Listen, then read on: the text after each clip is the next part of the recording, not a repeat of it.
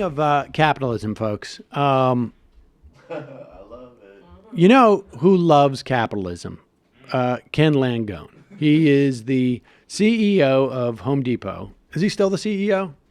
Or the chairman of the board?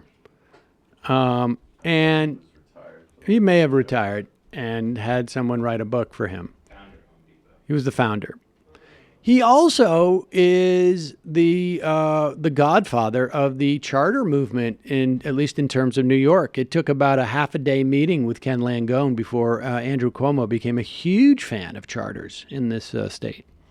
He's also a big supporter of Chris Christie's, still hanging on to that white collar and then different color shirt look that was very big in the 80s.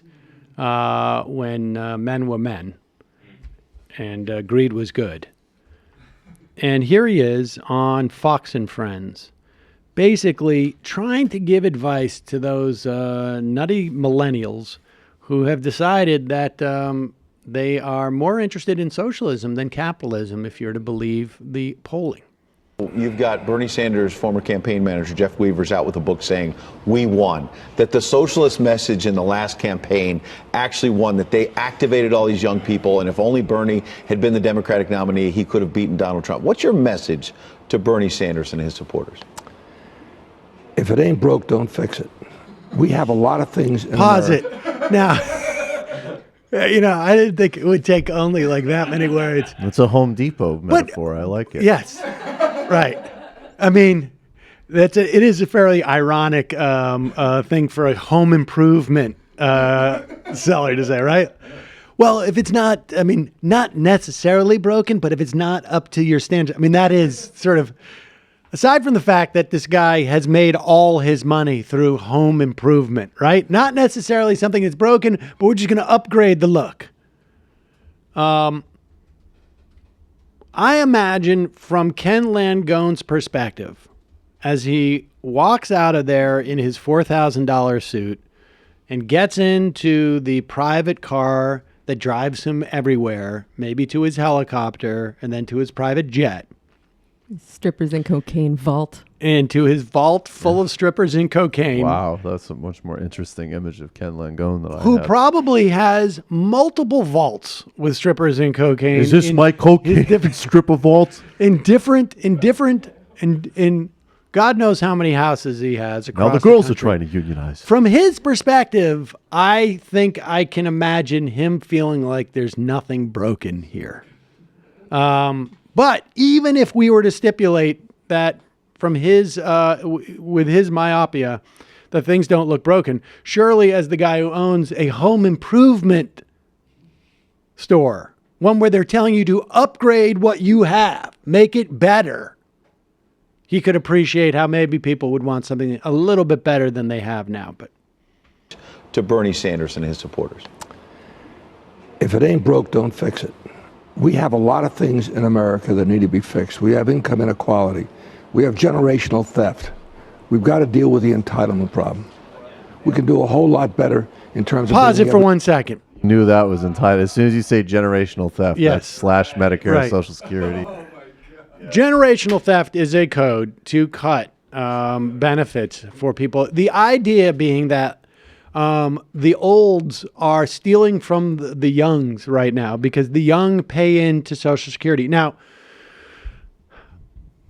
over the weekend, I had the opportunity to talk to some Trump voters, and it went, if I was to tell you, and I told Michael and everybody in here beforehand what went on, and I probably should have recorded. I probably, even after they said it to me, said, could you just say that again? You because should have asked. no one's going to believe that you are saying what you're saying because it's exactly what I have been saying that you would say without even having met you.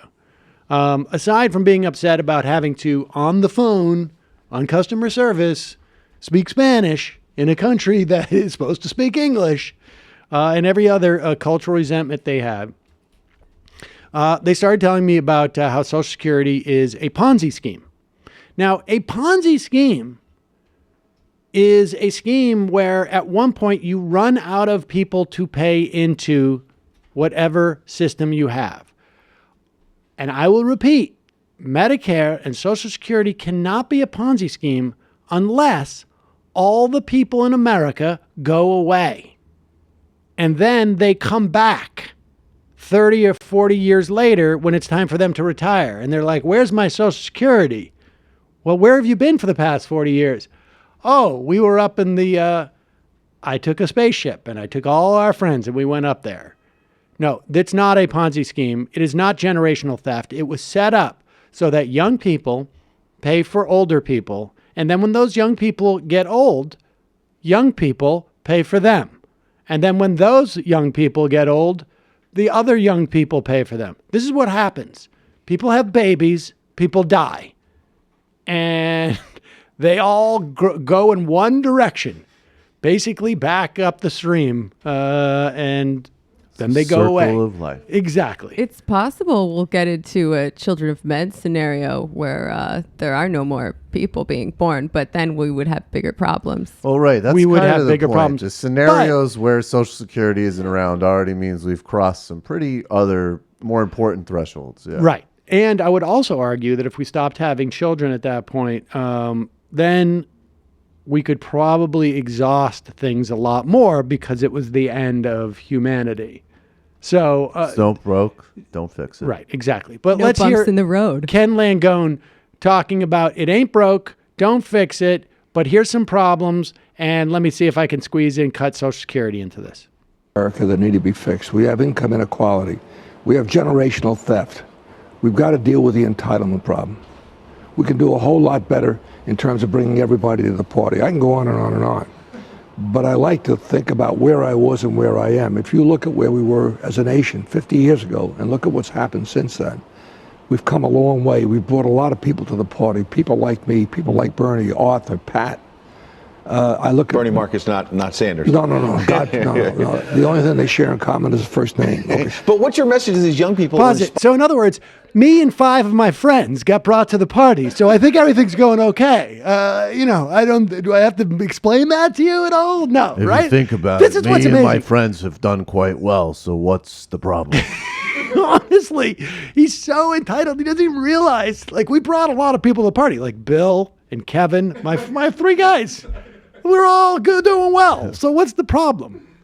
But what's your message to these young people who are inspired by this idea that socialism is better than capitalism? Don't quit before you start. Give it a shot. Go open a little pizza parlor. There's a lot of ways to be a capitalist. Anything that allows you to express what you think you're good at, that provides for your family, that provides for other people. A business that provides only for the people who own it is not a good business. You know what's amazing is that this guy actually found his way into the studio. I mean, honestly, he's just babbling.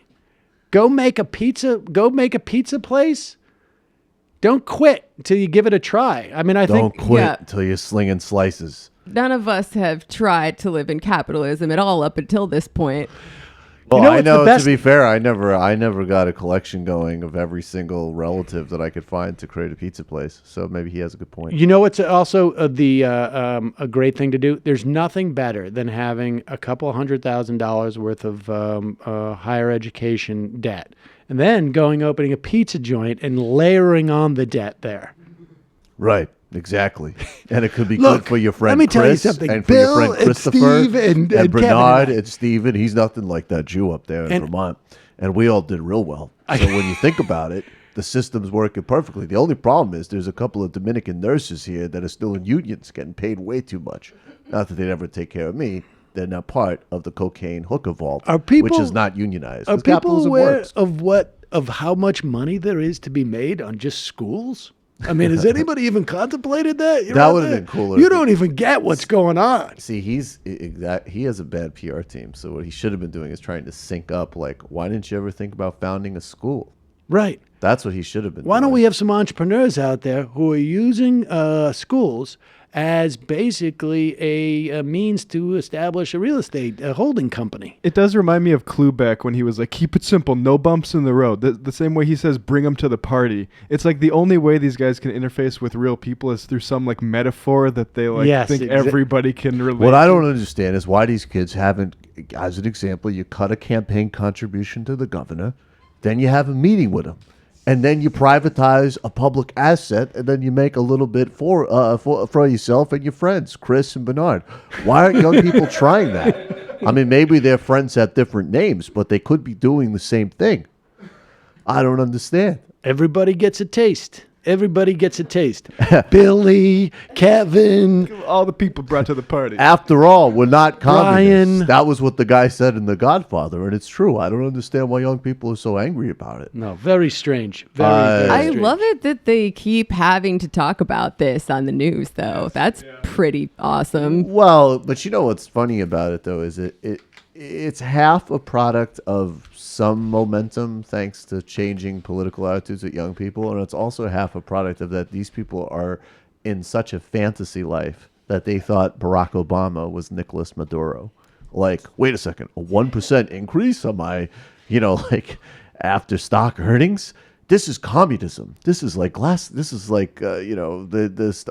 there was actually a hedge fund guy that literally compared Obama's rhetoric on Wall Street to Nazi rhetoric on Jews. I don't remember Jesus who. Christ. I remember that. I don't- I think yeah. we did a video on that. So these guys are insane. And he thinks he's doing something about it. Like, I feel like he feels really good about how that went, Maybe Yeah. now he can sleep a little easier at night. I agree, and Nailed it. some networks should green light, like billionaires justify their wealth.